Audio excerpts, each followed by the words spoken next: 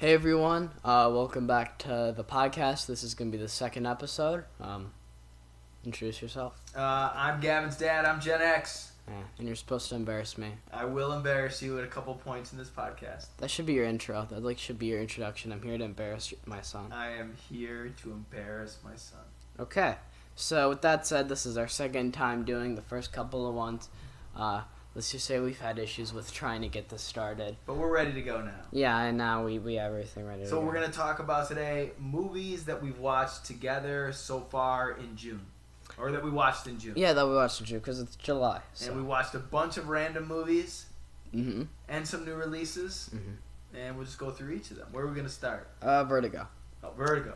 Yeah, so it's hard to really start this off because it's kind of just a good movie. Spoilers, we are going to spoil Vertigo in here. It's Yeah. Alfred Hitchcock classic. We're not spoiling all of them. We're just spoiling this one. Mostly. I don't think... We can't really spoil the other ones. But I think with this... it's hard to say. What do you think of it? Oh, I really liked it. I'd never seen it before. I like Hitchcock. I know what Vertigo is. Like, I know what the condition is. But I had no idea what this movie was going to be about. So I went in not knowing anything about the plot or main characters and really enjoyed the movie. Very different movie than other Hitchcock movies and really any other movie I've seen. Yeah, honestly, I feel like it's just Alfred Hitchcock making a good movie. It is the best way to explain it because, I like, if you really think about it, the plot, yeah, it's a man trying to kill his wife. But the way they execute it is so much different from his other films. Because normally we know about it right away, but they kind of divert us. Well, it made me think a lot about Sherlock Holmes in a way, and I hadn't thought about this before. But they might even mention it in this movie, like if there is no real answer to the mystery, then you have to look at any option that hasn't been explored, even the supernatural. Like that idea. And I found it really interesting that, if that's not his wife, is she a ghost? If she's not a ghost, how is it possible that she's there? Yeah. You know what I mean? Yeah. That. So it really made me think a lot about, well, if most of the acceptable solutions to this problem just aren't true, well, what does that leave us with? Yeah. Is she a ghost? Well, she wasn't. No, she wasn't. Much like The Prestige, the Christopher Nolan movie much later, if you can't figure it out, oh, wait, he's got a twin. Yeah. You know what I mean? Like that kind of thing. So I found the mystery was really interesting to me. Yeah, exactly. I think with it all, it's very interesting. It's hard to, like I said before, it's just really well made. It's just a really well made, interesting Hitchcock movie. And I think the best part about it is how it's written. It's written in sort of a way where it multiple layers on layers on layers. It takes a simplistic concept and it sort of just adds on to it. Yeah. And the scenes themselves, some of them do have kind of a ghost-like, unreal quality to them, which made it really interesting. Yeah. I don't know. I liked it. Yeah. I like the whole movie. Yeah, what would you give it out of 10? This is a 9 for me. Strong recommend. If you haven't seen Vertigo already, check it out. It's a 9.5 for me. So. 9.5. Yeah, I think it's a pretty great film. So. All right. Should we go to the next one? Yeah, the next one, Assault on Precinct 13. Original. The original. John Carpenter original. Yeah, it's a John Carpenter action movie. Yeah, I saw this before. I watched Halloween. Deal with it. What do you think? Again, the first moment the credits start rolling and I hear that John Carpenter score, I'm excited because you can tell the John Carpenter score, and I was really excited about that. I love the setup of the movie and the story, the idea behind it that these criminals are going to assault this precinct where there's almost no police left, and the criminals have to fight off other criminals with the police. That's a really interesting idea. But you get to the end of it, you get to the shootout, the actual fight scenes. They didn't impress me that much. I mean, I think it's decent. It does what it's trying to. Yeah. It's a tension-filled John Carpenter movie. I would say decent. I didn't say bad. I just, I hold John Carpenter to this high standard because of The Thing and some of his other movies. And so I'm thinking this is going to be a great action flick. It's going to be like Escape from New York or Big Trouble in Little China. One of the classics. It didn't quite work. I mean, I don't know. I liked it. I thought it was very tension-filled. There's not a ton to say about it, really. Yeah. No, a good action movie. If you like John Carpenter, check it out. What would you give it out of 10? It's a 7. It's solid. I just agree. So next one, Carrie. Stephen King movie. And that we just watched. We watched it last summer. Interestingly enough, we watched it this summer as well. Mm-hmm. You told me the first time you watched it, you thought it was okay. Yeah, I didn't appreciate it. I appreciate it much more now. Yeah. The acting, the story, I think it's cast perfectly. I like all the characters in it. Yeah, it's got young John Travolta. Yeah, young John Travolta. I can't remember his name, but the guy who played the Greatest American Hero, which you don't remember, is a TV show in the early 80s. But it's cast really well. Obviously, Sissy Spacek, like, just perfect. Yeah. And a great movie, really effective. You really feel for her, and then in the end, you're kind of disturbed by her. It really does what it's supposed to do. I think with it builds it up so perfectly because you know what's gonna happen. You know exactly what's gonna happen. We all know what's gonna happen. Yeah. But it builds it up in a way where it's so interesting. Yeah. It builds it up where we know. And the thing is that final scenes in slow-mo, I wouldn't have wanted it any other way because if it weren't for the fact that it was in this sort of format, in this sort of slow motion way, it wouldn't have worked nearly as effectively. It wouldn't work nearly as well because that's just how it is. That's how the film is. That's how it portrays itself.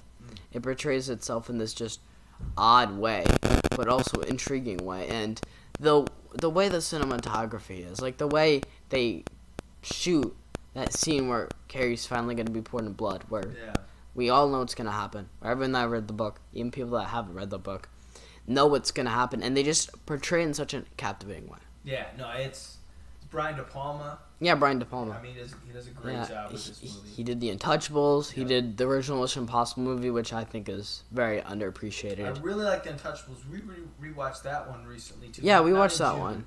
But that one, I hadn't seen probably since it came out in the movie theater. Wow. And really enjoyed it. Yeah, I think, to be fair, though, it was really late when we watched it, and I fell asleep a couple of times. I thought it was good. I liked it. Yeah. But I think this movie is peak from what I've seen out of the three films. And it seems like, again, every summer, I go back to Stephen King. Yeah. Rewatch an old movie, reread some of his books. I don't know what that is, but it just feels like summer is a time to read Stephen King. Yeah, especially when you're in Maine.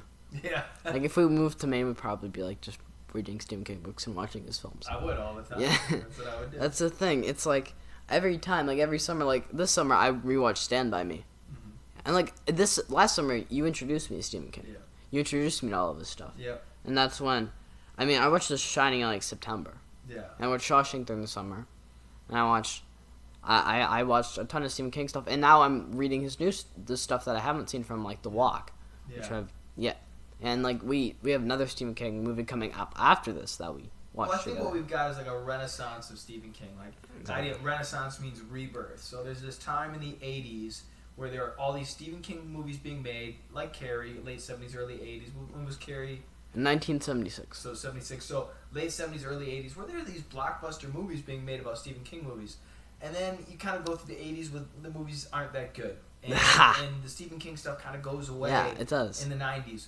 And now it's coming back. And coming back strong. Remakes of, Dr. Sleep came out. And then you have the Salem's Lot remake. They are going to make a movie out of The Long Walk. Obviously, chapters 1 and 2 came out. So I think there's a renaissance or a rediscovery of him. Yeah, exactly. I think, though, with 90s, to be fair, though, I think two of the best ones came out in the 90s. The Green Mile and The Shawshank Redemption. The ones that are least supernatural, least connected to horror. But you're right. They were huge as well. Yeah, they were. But, to be fair, Shawshank wasn't huge for a while. Yeah. It bombed. Yeah. Like, it was an utter failure. Now it's huge because of IMDb. That's why everyone knows about it. That's a good point. And I don't know. Yeah, you're probably right. From looking back on them, like Maximum Overdrive. Well, there was a time there in the 80s where the movies just to be fair, though, Stephen King, he was smoking something, and I think we don't know he was that on for sure. He was on something. We will make no accusations. We're not accusing anything. Let's go to the next movie. Yeah, let's go to the next movie. Carrie, definite thumbs up. For me, it's a 9 out of 10. Okay, so yeah, for me it's a 10 out of 10. It's one of my favorite films of all time. It's one of my favorite horror movies. It's brilliant. Next one, Dolores Claiborne. You also watched another Stephen King. Yeah, we both watched this one, remember? Okay, yeah. Yeah, I looked at my letterbox at all the reviews because I review everything, and I found this one. I was like, oh, we watched this summer. I didn't know that. Yeah. And what do you think of it? Not as strong as Carrie. Not as interesting. But, like, you can't top Carrie. It's kind of hard to do it's that. It's hard, but I don't know. It's good. It's a good movie. Gosh, her name is escaping me right now. She played the main character in Misery. Oh yeah. This is not Sissy. No, what am I saying? Not Sissy Spacek. Her name's on the tip of my tongue. Yeah, we are idiots for not remembering. Kathy Bates. Kathy Bates. Yeah, she's good in this. She's good in Misery. She's good in this. It's a good story about domestic abuse and violence, like a good, disturbing story, but a good story about it. Very disturbing. Like, it kind of goes over your head with it, too. Well, and kind of a mystery, jumping from modern times to past times and 2 different prosecutions or investigations of 2 different cases. I thought that was pretty interesting. But, again, not as strong as Carrie. And this is one I hadn't ever seen. I hadn't. Yeah, neither of us have seen it. I heard about it from a Nostalgia Critic video, which you don't really know who he is, but people who are watching this podcast, there's probably a couple of you that do know who he is. He said this was an underrated gem, and I decided to check it out and see if he was actually correct. Would you agree, underrated gem? Yeah, it is underrated. I think it is underrated. I think with it, it's hard to say a ton about it because it's just, it's like Vertigo. It's really well made. But I think the performances are stellar. I think they're phenomenal. I think both of them play off each other. You really buy their chemistry. And I feel like in a way Jennifer Jason Leigh, I think. Yeah, Jennifer Jason Leigh and Kathy Bates. And I mean, she does a phenomenal job. She kills it, I think.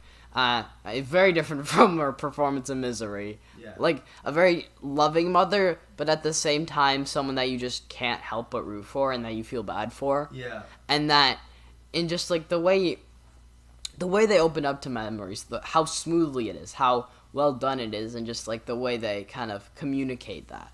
And Christopher Plummer, the older actor who plays a detective, he's always good.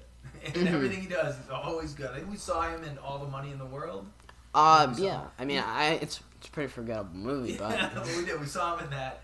Another great performance. Again, I don't give this a 9 out of 10. To me, this is more of an 8-ish. Really? I give this a 9. Yeah. Well, I mean, it's still a pretty good score. So. Yeah, it entertained me. I did not fall asleep. I watched it. Even though I've read the book a long time ago, it still held a lot of mysteries for me, so it was good. I will say, for everyone that's watching this, if you want to get into Stephen King, if you want to, if there's, you've seen all his popular ones, I recommend this one. Yeah. So. Next one. It's Such a Beautiful Day. Oh, animated. Sort of. So, yeah, pretty much. I think it's pretty much animated. Yeah. And this is a movie that I didn't know what I was going to think about when I was going into it. Because my friend Dominic, who you probably, if you're watching this, thank you so much for watching this movie so I could end up watching it and just connect to it so well. I don't even know how to. It's hard to begin talking about this. It's hard to begin talking about any of this because this is a film. The film, when we first watched it, when we're first gonna watch it, I tried to find where it is, and this was a long time ago. I couldn't find it anywhere, so I just kind of gave up. Yep. And then I finally found it. I asked him, "Hey, where'd you watch it?" And then he told me a couple places where I could find it. I finally watched it, and I'm gonna try to make sure I can find that website and make sure that I want to own it. I want to buy it just so I can watch it. I don't even know if it's on DVD or not. Yeah, who knows? It probably is on DVD because I think everything at this point's on DVD. At least. Yep. And the first 5 to 10 minutes, I'm like, okay, I like this. I really love this. I have no idea where this is going. Yeah. And I love that about it. It's a movie that's so interesting. It's like a Eraserhead, but with deeper themes, I feel like. Like, it conveys more.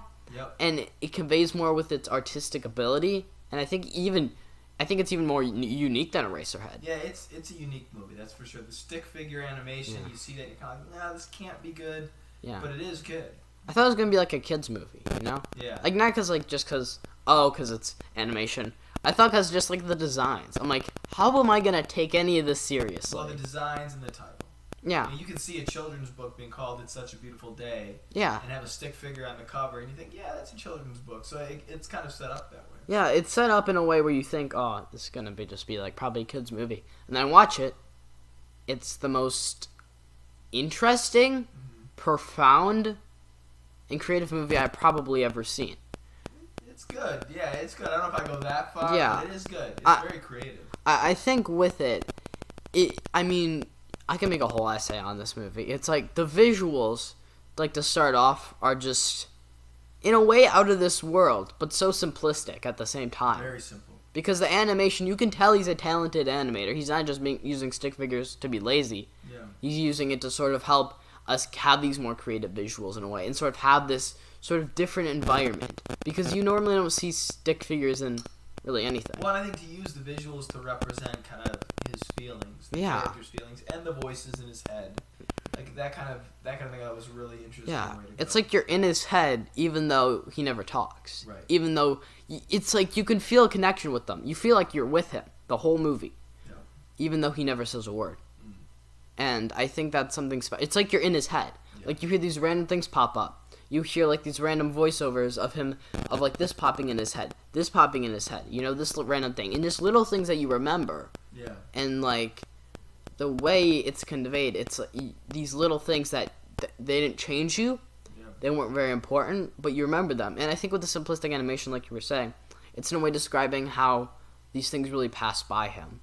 Right. And like the pace in like the second half of the film, it slows down because he's appreciating everything that's going on more. No, well, the main message of the movie is just a great message, no matter how you tell it. That Yeah. you know, we don't appreciate life until we're feeling that we may not have much of life left, and then we've wasted life. Mm-hmm. So I think that's his story. That's a sad story. Spend all your life worrying about what's going to happen, that you don't appreciate it, and then when life is over or ending, then you think maybe I should have appreciated everything rather than worrying about the next thing to come. And honestly, that's great advice for anyone. It's something we need to hear more often. Yeah, and like even if you don't like it, I mean, like I know this is not going to be for everybody, but I think everyone should see this movie because of how it tells things. Because it's so creative. I feel like I don't know. I feel like it should be taught in film classes. It might be, and it might be. It might be somehow. I don't think many people have seen it, Yeah. but I feel like many people should see it. Well, maybe they will after this. I mean, after my 200 people that watch my content. The thing is, it's like with it, it's like the way it tells everything, the way it conveys everything, Yep. the way it explains everything. I said this in my Letterboxd review, and it's probably the best way you could summarize and end talking about it. I should probably pull this up, but I think I said it like this. This is a film that I'm just gonna pull it up. Well, and as you're looking it up, it's a 66-minute investment of your time. Exactly. It's not- only it's only not an 3 hour. hours. Like It's- there's no excuse to not watch it. If you're like, unless you're someone that like just doesn't, because it doesn't look like if you're not like a film critic or whatever, like fine, you know, like whatever. But at the same time, it's like it's such a beautiful film, and it's just a movie that's just brilliant everywhere. I finally found it. Okay, so I just got to get to it. This is usually not a riveting podcast Yeah. as we wait for someone to scroll. Let's hear it. Found it. This film shows us life, how we look at it, and what it becomes when we reach the end point of it. It's shocking that this film is only a little over an hour, and yet it's more profound, powerful, and more meaningful than films double its runtime. I normally don't say this, but everyone should see this film, not just film critics. Well said. Let's leave it at that. Honestly, let's yeah. Let's go to the next one. What would you rate it? It's a 9. 9 for me is high. I know. 9 For is you, high, so I give it a 9. for me, it's a 10. It's Okay. I only give that to like my favorite movies. Right. So I think 10 is perfect for. It's my second favorite movie ever made. So. I save 10s for cinematic masterpieces like Avengers Endgame. We save our 10s for that. Oh my god. Let's go to the next Okay. one. Next one, Shaun of the Dead. Oh, okay. Cornetto trilogy. Yeah, it's a trilogy. I mean, we're not talking about World's End. Yeah. Okay. But Shaun of the Dead. It's a fantastic film.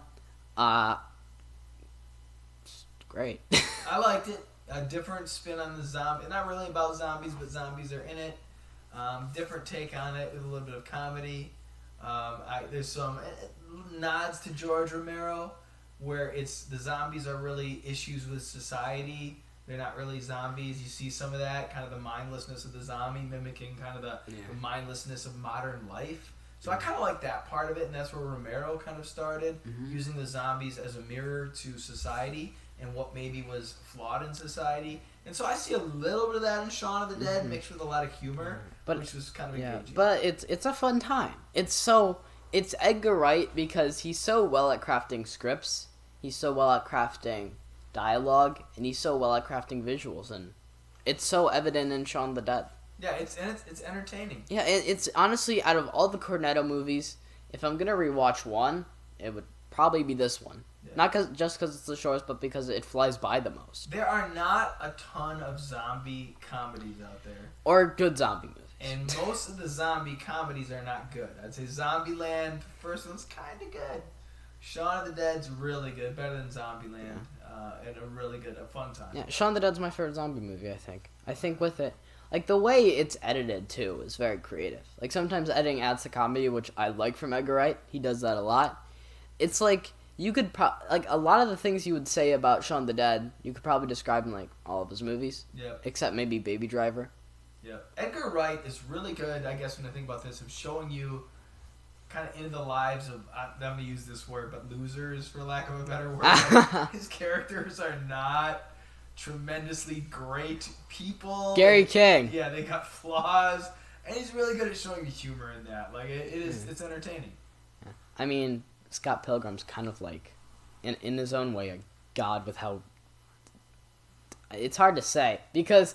I mean, yeah, in a way he's kind of a loser, but at the same time, it's like he can destroy anyone. Yeah, maybe I'm just talking more about the Cornetto trilogy. In the Cornetto trilogy, probably. In the Cornetto trilogy, they're all like yeah, that. But I mean, I don't know if like in Hot Fuzz, if the main character is much of a loser. No, I'm not saying necessarily the main character, but a lot of the side characters are. Oh You yeah, know what definitely. I mean, they're flawed. Let's yeah, just say. very flawed. Yeah, so I don't know. He's good at that. I'm not saying every movie it has that, but he's good at doing that when he does it. Yeah, it is. I feel like this one's clever. We're gonna talk about his second one, which I know you. Well, let's talk about it right now. We might as well, right? Talk about them together. What's the second one? Well, what would you rate? First off, what would you rate Shaun of the Dead? To me, this is an 8. I liked it. Yeah. More than Assault on Precinct 13, but it's not a 9 or a 10. To me, it's a 10 just because of how fun and creative it is. It is creative. Next one, Hot Fuzz. Your favorite movie ever made. Not as warm as this one. My feelings aren't as warm as this one. Yeah, and you were pretty harsh. Well, it's too long. It starts out Agreed. the first half hour like this is fun. Now our main character is a police officer. He's very different. Yeah. Than his character in Shaun of the yeah. Dead. Simon Pegg. It's like in all 3 movies, he plays the most different characters ever. And One, he's like the normal everyman, Yeah. and in Hot Fuzz, he's like the workaholic. And then and he's Gary King, where he's like the biggest. He failed completely. Yeah. He's so immature. Right, yeah. So I love the beginning. I'm like, wow, this is going to be good. And for a good part of the movie, it's good. And then it's too long, and it just goes on and on. You know, I don't know. That's my feeling. I mean, I really liked it. I thought it was good. I thought it was a very good movie. But you are right. I feel like comedies normally, unless they have something else to carry with it, shouldn't be 2 hours. They should at least be a little bit shorter. And this one was 2 hours. Yeah, it was. It was too long. And, like, the thing is, The King of Staten Island, people call it a comedy and say, oh, it's a comedy, it shouldn't be 2 hours. But the difference with it, it takes its time to convey something. Well, and The King of Staten Island, there's also really sad moments in that comedy. Yeah, exactly. It elevates it. No, to me, that's a dramedy. You know, it's a mixture. It's got some drama in it. It's a comedy as well. This is meant to be a straight comedy and a satire in some ways. And it's just 2 hours is too long. Yeah, it's too long. I wanted it to end. It is. Those action sequences in the end, I'm like, we don't need all. I mean, like, I think it's like there's a middle. I actually really was entertained by the action sequences, but I think with it, it's like once we get to a point where we're at like about like at the 100-minute mark, I think that's where I'm like, you could cut a bit of this out. Yeah. And like you could cut a bit of stuff out at the beginning. But the clever thing about it, the difference of why I like it still, and why it's different from Shaun of the Dead, is the way it relays its jokes. Like, it repeats it. Yeah. Like, you know, the gun in the drawer sort of thing with, like, Film 101? And it's sort of in a way like that with the humor of it all. Yeah. Because that all comes back in the end. Yeah. Like, I do like the way that some of the jokes are in each movie in the trilogy. and some of the jokes from the beginning of the movie, like Oh you call yeah, back to them. I love in like the trilogy, like the whole fence thing. Yeah, no, that's good. It's hilarious. It is hilarious. I'll admit that. If I were ranking this movie, and I know you're gonna ask me to rank it, I would rank the first 30 or 40 minutes like an 8 or a 9 because I was like, this is much better than the first one. But then when you add in the second half, then it drags it down to me to like a 6. Like it's just not. I mean, it's not a bad movie. Yeah. It's just I wouldn't watch the whole thing again. It didn't utterly drag me down for like the way it did for you. Yeah. But I think it did drag it down a bit. I'd give it like an 8.5 or a 9. Okay. I'd give it like maybe an 8.5. Okay. Because I really did like it. I just think it's the weakest. Okay. Let's go to the next one. Okay. So I didn't include World's End. But I included, there's a couple other films I have on here. Okay. So because reasons. Next one, Army of Darkness. Okay, so this is the Evil Dead trilogy movie 3. Yeah, Bruce because Campbell plays Ash. yeah, What's Ash's last name? I don't even know. Ash. Just Ash. No one cares about their last names. Yeah. Well, I mean, we watched it. We thought we might do a Sam Raimi ranking, Yep. which it's hard because kind of watched all of his good movies. Unless we're gonna rewatch the Sam Raimi Spider-Man trilogy. I thought again, Army of Darkness was really entertaining. I love the time travel part of it. I love the fact that Ash has a chainsaw for a hand, you know, or an arm. Like I love. Yeah. I like the way they show he's working at like a store. You know, that's Yeah. his thing. He knows the products. I don't know. Again, the first hour of this is really good. I mean, I thought it was very entertaining and very creative, especially. I thought the first 30 to 40 minutes were a blast. They were hilarious. They were funny. The way Sam Raimi uses the camera, it's brilliant. Yeah. But I think it kind of, once you get to the middle part of it and you get to the big final battle, Yeah. I'm like... Again, the big final battle is not great. Yeah, it could have been so much better than what it actually was. It was just boring. It might be this because I saw the same thing. I thought the same thing with Hot Fuzz and the same thing with Assault on Precinct 13. And we're so used to really good action sequences now. If they're not that good, it's hard to hold your attention. Maybe that's it. I mean, I don't agree with you on Hot Fuzz and like the action. I actually thought those were very fun. Yeah. But I think with this movie, it's like they're using like claymation skeletons. There's not much you can do with that. No, not much. And there's a blend of claymation and actors in costume for sure. The big thing that stood out to me is that Bruce Campbell, who's not a great actor, he's good in the first. He's just goofy. He's just goofy. But he's good. He's good. Like the writing in this movie really suited his character and his personality. Yeah. It was good. Silly. Some of the jokes are kind of stupid, but they still kind of make you. Yeah, they're funny. That's what Sam Raimi's a comedy director in his own way. Yeah. But and the thing is though, with the movie, I felt like unlike Evil Dead 2, I felt like that one was able, like it had like this big final action sequence, but the difference is it was so much more fun because they could do more with it. They just had a lot more, I guess. I don't know if they had a bigger budget, I'm guessing not. But it's not just this whole skeleton army battling, it's so small scale, but they have all these practical effects. And like they don't waste their budget on all the scenery, I guess. Right. Cuz like if you're going to go back in like the Middle Age times, you're going to need a bunch of scenery. Oh, the budget must have been a lot bigger for this one. Yeah. There's a lot more actors in it. There's different scenery. There's costumes. There's a lot. It's not just in a cabin. Yeah. You know, like there's a lot more going on. But I felt like Evil Dead 2 like had a bigger budget and I thought it utilized it better than Army of Darkness. I like Army of Darkness. I think it's pretty good. It's a good movie. Yeah, it's entertaining. Yeah, it's entertaining. That's why I like it. We watched a lot of comedies this month, I just realized. Yeah, this is a good one. Yeah, what would you rate it? 7.5. I lied and used the decimal. It's not quite an 8. I mean, I use points as well. So. Yeah, what would you rate I give it like barely an 8. I think it's good. Yeah. It's a good movie. It was worth watching. It's entertaining. You get like 90 minutes. Perfect. Yeah. So time for me to awkwardly try to look back. Okay, the next one. We're talking about Raya the Last Dragon. Oh, yeah. This is probably the most separated opinion out of both of us. Well, maybe. There are good parts in this movie, but it just follows the Disney formula.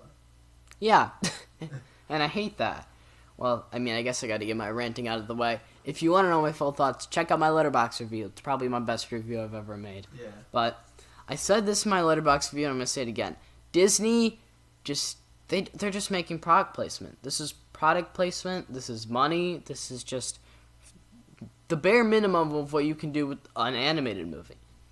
It's the bare minimum that people consider possible. Because, yeah, you know, it's a kid's film. Even though Disney, on the other hand, has been known to make more movies with more substance, more style, and just more profound of a messages than what they're doing in this film. This movie doesn't have much of... It does have a message, but it's so bashed onto your head. Okay, but here's what I'm going to push back on that a little bit. Let's assume that this movie was made for kids. Yeah. You know, that's the only thing. Like, I understand what you're saying, and I think you're right. They do this formula over and over again, and the message is, if you bring everyone together, then everything will be okay, and you'll fix everything. Like, that's a good message. They do kind of beat you over the head with it, but it's meant for kids. Yeah. So I think sometimes we have this tendency to look at Disney movies through the lens of an adult, because some of them, you're right, you can look at it through the lens of an adult. Like, they're that complex. This one's not, right? This one's not. This one is maybe just strictly for kids. And, like, I get that, but at the same time, if this was a different company, if this was anything that wasn't Disney, I wouldn't be as upset, really. DreamWorks? If it was DreamWorks, maybe. That's kind of hard, because they're still a pretty big company. If it's, like, I don't know. I'm trying to think. There aren't many. There aren't many companies. Sony Pictures, maybe. Yeah, there aren't many. It wouldn't anger me as much. It would anger me a little bit. But it wouldn't get me as angry, because I know that they're somewhat just trying to get by. But the difference is Disney has probably double the money of most animation studios. They're the biggest movie studio. They have the most money out of anyone on the platform. Out of any... They have their own streaming service. Yeah. They have so much merchandise. They have a theme park. They have 2 theme parks, I'm pretty sure. Yeah, they got them all over the world. Exactly. They have them all over. Well, so here's maybe the problem. You become so big that you don't really have to compete with anyone anymore. No, they don't. And maybe that's the problem, that there is no competition, and maybe what you need are more independent films and studios to challenge a little bit and to show how effective animation can be. I know Sony's not an independent studio, but when they came out with Spider-Man and the Spider-Verse, they really challenged, I think, not just superhero movies, but animation. Yeah, they did. Doing something different. They did something new and creative, and I mean, I've heard people say Michelle's vs. the Machines is good. I'm interested in it because I've heard good things about it, and maybe eventually I'll watch it. But the thing is with Disney, they don't challenge anything. They have so much money. They have so many people working for them. They have so much, and yet they don't challenge it. The thing is, film at the end of the day, people say that it's entertainment. Yes. What was it originally? Art. Yeah. It's art. It always has been. People say that at the end of the day, it's entertainment. That's what it's been evolved as, I guess, in a way for people. Right. But at the end of the day, it's always been looked at. It hasn't always been, but it was originally made for art. It was a way to tell stories. It was a way to build character. It was a way to tell morals to people that you couldn't possibly explain in a sentence or in a conversation. And now, I'm not saying that obviously, even Disney movies, of course, they're not exactly the most profound thing always. I know that. Even like some like ones I really like, they're not as adult. I know that. But the thing is, Raya and the Last Dragon doesn't challenge anyone. It doesn't challenge anything. It doesn't, in my opinion, the way it bashes, it literally says in the movie basically, you have to trust people. It preaches about it in like 3 different moments in this 1 hour and 50-minute movie. I will admit, it does go by fast. But just because you have a fast-paced movie doesn't mean that you're making a good film. Just because it goes by for me doesn't mean that I enjoyed it, because I didn't. I hated it. But even if it went fast for me, even if it wasn't a drag, the thing is, it just doesn't challenge anyone. Well, it just doesn't seem to add anything significant beyond what Disney has already done. And when you think, with all the resources they have, with all the power that they have, that each time they make a new product like this and release it to the world, they should be able to do something unique. Yeah. And maybe they didn't this time. Yeah. The thing is, no matter how much money you have, no matter how much creativity no matter how much access you have, money can't buy talent. Right. Well, and how do you challenge yourself from within? Sometimes organizations are driven to be better because they're challenged from the outside. How does a company challenge itself? Does that involve hiring practices? Does that involve having little fringe studios within Disney, that are more independent, that operate in a different way to push the organization forward? That's a real problem. I think I've heard this like on a video that our art teacher showed us. She showed us this guy that his hands started shaking a lot when he was drawing, so he couldn't draw basically. He basically just couldn't draw because he had a condition. And what he did is he took all this low budget stuff when he was like had barely anything and did as many creative things as he could with the little stuff he had, with as little as possible, with very low budget stuff. And then when he finally made money for it, he realized that he just couldn't do anything with it. He just was blank. And then realized that once he had less stuff, once he challenged himself, he was able to do this. He was able to do things. Yeah. And I felt like that's kind of sort of what happened with Disney is they got so much stuff and they're just doing nothing. Yeah. They just don't know what to do with it. Yeah. Well, that's your rant. What would you give Raya and the Last Dragon? I give it like maybe a 2. 2 out of 10. See, you're harder on me than this one. I'm thinking to me it's a 5 or a 6. Like, it's not a bad movie, but I wouldn't rewatch it. Ever. I wouldn't, unless Grayson Smith says we'll pop it on and be like, honestly, there's so many, for everyone watching this, don't watch this movie. If you have a family and you're trying to like find a family-friendly movie, don't make our mistake. That's all I'm saying. Maybe your kids will enjoy it, but I'm not saying make them watch It's Such a Beautiful Day. Don't do that. Don't do that. What I'm saying is give them like My Neighbor Totoro or any other animated movie. All right, let's go to the next one. Is there a next one? Yeah, there is a next one. We have a couple. Okay, we're gonna pick up the pace. More left. The next one we have is Darkman. Sam Raimi, 1990. I think so, like 1992 or 1993. I saw this one in the movie theater when it originally came out. Didn't remember most of it. Enjoyed rewatching it. Found it to be pretty interesting. Yeah. And found it to. I know it doesn't create the modern superhero movie because Batman comes before this, but I did see a lot of elements of the modern superhero movie in this. Mm-hmm. Yeah. In particular, his Spider-Man movies, obviously, because there's a connection there. Yeah. I mean, I thought it was pretty decent. I didn't love it, but I thought Sam Raimi's doing something with this. There's a good concept here. There's good ideas. I think the performance by him is very great. Young Liam Neeson. Yeah, Liam Neeson. Wait, really? Yeah. Oh, I didn't know that. He doesn't look that much different now than he did back then. I mean, he looks different, but not. Yeah, Different. I just don't know that Ra's much al about Ghul. Liam. I don't know much about Liam Neeson. Ra's al Ghul. I don't know. Yeah, well, I'm Liam Neeson, so I don't know. I didn't know that. Yeah. But I feel like with it, it's just decent. It's a good movie. Yeah, I wouldn't say great. I was entertained by it. It was kind of cool to see it since I saw it in the movie theaters. I don't know how many years ago, 40 years ago, 30 years ago it would have been when it came out, and I enjoyed it. I haven't read the comics, but I felt like with it, with the whole idea of it, could have been better. It could have been like it felt like there was a deeper character there than what they gave us in the movie. A lot deeper. Yeah. Well, meant to be very like a realistic superhero. So I mean, as realistic as that can be. Honestly, it could have been like a 9 if they dived deeper. I think. Okay. Well, what would you give it as a rating? I give it like a 7 or 6. I give it a 7. Not a 6. Yeah. I mean, I think it's decent. It's hard to say a ton about it because. Yeah. Just solid. It's interesting. Okay, the next one, the final one that we watched, Fargo. Good place to end. Coen Brothers movie. It's the first one I've ever seen. Yep. And I really liked it. Yeah. I thought it was really great. Not exactly my favorites. Don't know if I'd rewatch it a ton, but it's a pretty great movie. Acting is really good. Oh yeah, definitely. William Macy, William H. Macy, awesome in it. Frances McDormand is awesome in it. There's really good acting throughout. I think my favorite part about it is the characters. Not because about how likable and how much backstory they have, but just because they feel like real people. Yeah. I feel like with so many movies now, it's like they try so hard to make these characters, to make you root for these characters, and give them these cliched backstories that have been done enough. It's like a cliche now. Yeah. At this point, to just kind of zoom back and give them like or a the characters have to dark look past. perfect, and they have to have the perfect apartment and the perfect clothes and a nice car. And here it's just like, nope, got kind of a rundown house, wearing the same stuff. They don't look perfect. They seem physically real. And the dialogue, even though it's meant to be a little cheesy, the dialogue, and the accent's meant to be a little crazy, the dialogue seems a bit more real. The thing is, the characters feel flawed, but they don't try so hard to make them feel flawed. They just feel like average people. Yeah. Like, there's no protagonist in this entire movie. You'd say maybe Marge, Yeah, but at the Marge. same time, she's not like a really likable person that you can't help but root for. She's just not terrible.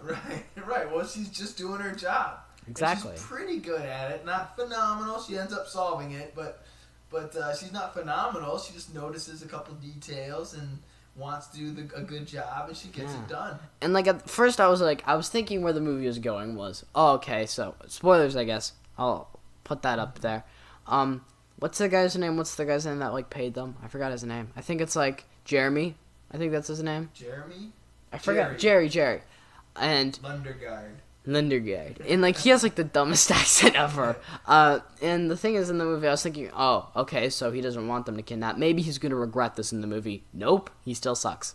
No, he's not a good character. He's not. I thought he would change into one, but he didn't. When you think about it, he's almost as bad as the kidnappers, if not worse. Oh yeah, he probably is worse. He's made mistakes, so now he's trying to cover it up, and he's trying these schemes to get money, and he's putting his whole family through this. Yeah. And you know, it's awful what he's doing. I thought once he told the father-in-law, I'm like, okay, if he would have hidden it, he would have lied about everything, and wouldn't have told the father-in-law. And nope, he's scamming him for more money. Right. He's saying he's gonna give them like $40,000, $80,000. He's gonna keep what? He's gonna keep like He's 920,000. He's lying to the kidnappers. He's lying to his family. He's lying to his father-in-law.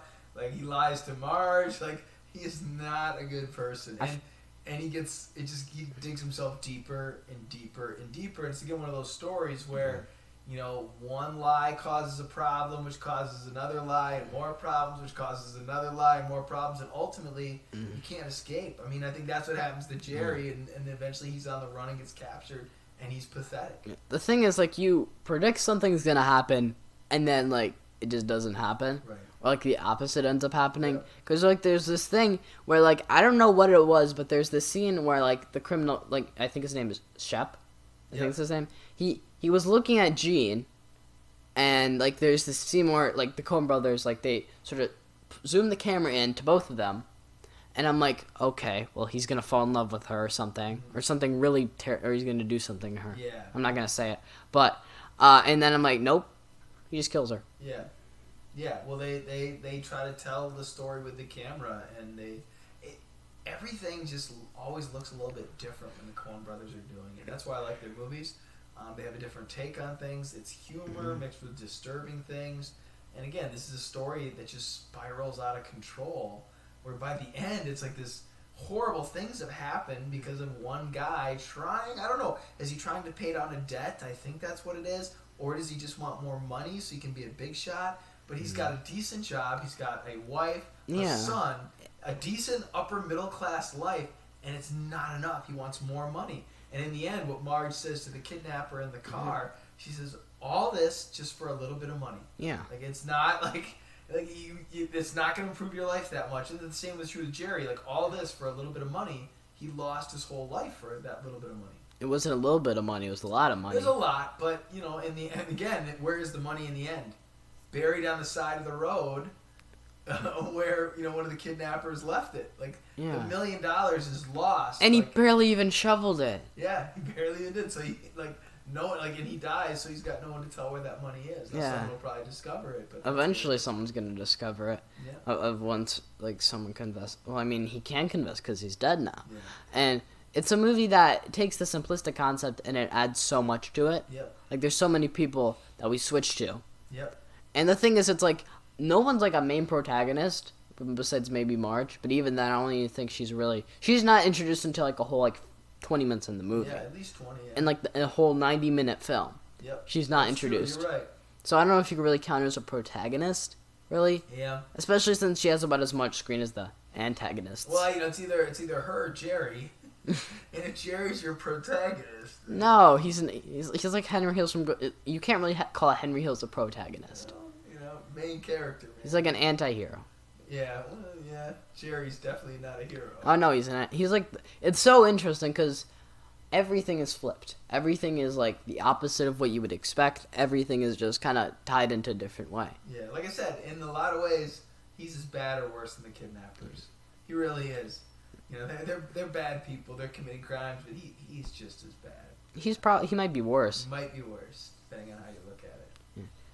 I will say though, for my issues, there's like this whole thing with this guy named Mike, I think, Yeah. and like there's this whole thing that happened and it goes absolutely nowhere. Yeah, that one does seem like kind of an odd choice. Yeah, like why would you add this? No, like this character doesn't. He's like in one scene. Yeah.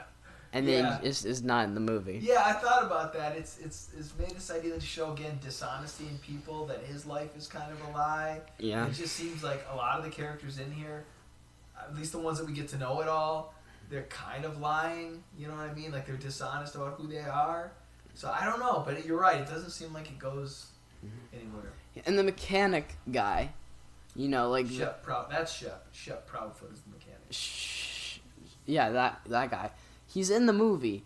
You know, he just beats him up, and then he doesn't really do anything. He doesn't have much of a purpose. Well, he's the one that connected Jerry with the kidnappers. Oh, okay. That's why, and that was hard to tell because your first time watching the movie. But he's the one because he works as a mechanic, so he knows Jerry that way, and then he suggested these people to Jerry to help him. Mm-hmm. That's it. What would you give Fargo? I give it a 9 out of 10. Me too. I don't know. It was quite a 10. I remember seeing this in the movie theater too. Still holds up pretty well. 25 years later. Quite easily the best movie in 1996. Yeah. One, like we said, it didn't win the Oscar for Best Picture, but you know, it won some Oscars. Yeah. Like what else would have won? English Patient. That was it. Oh my gosh. We'll review that on the next podcast.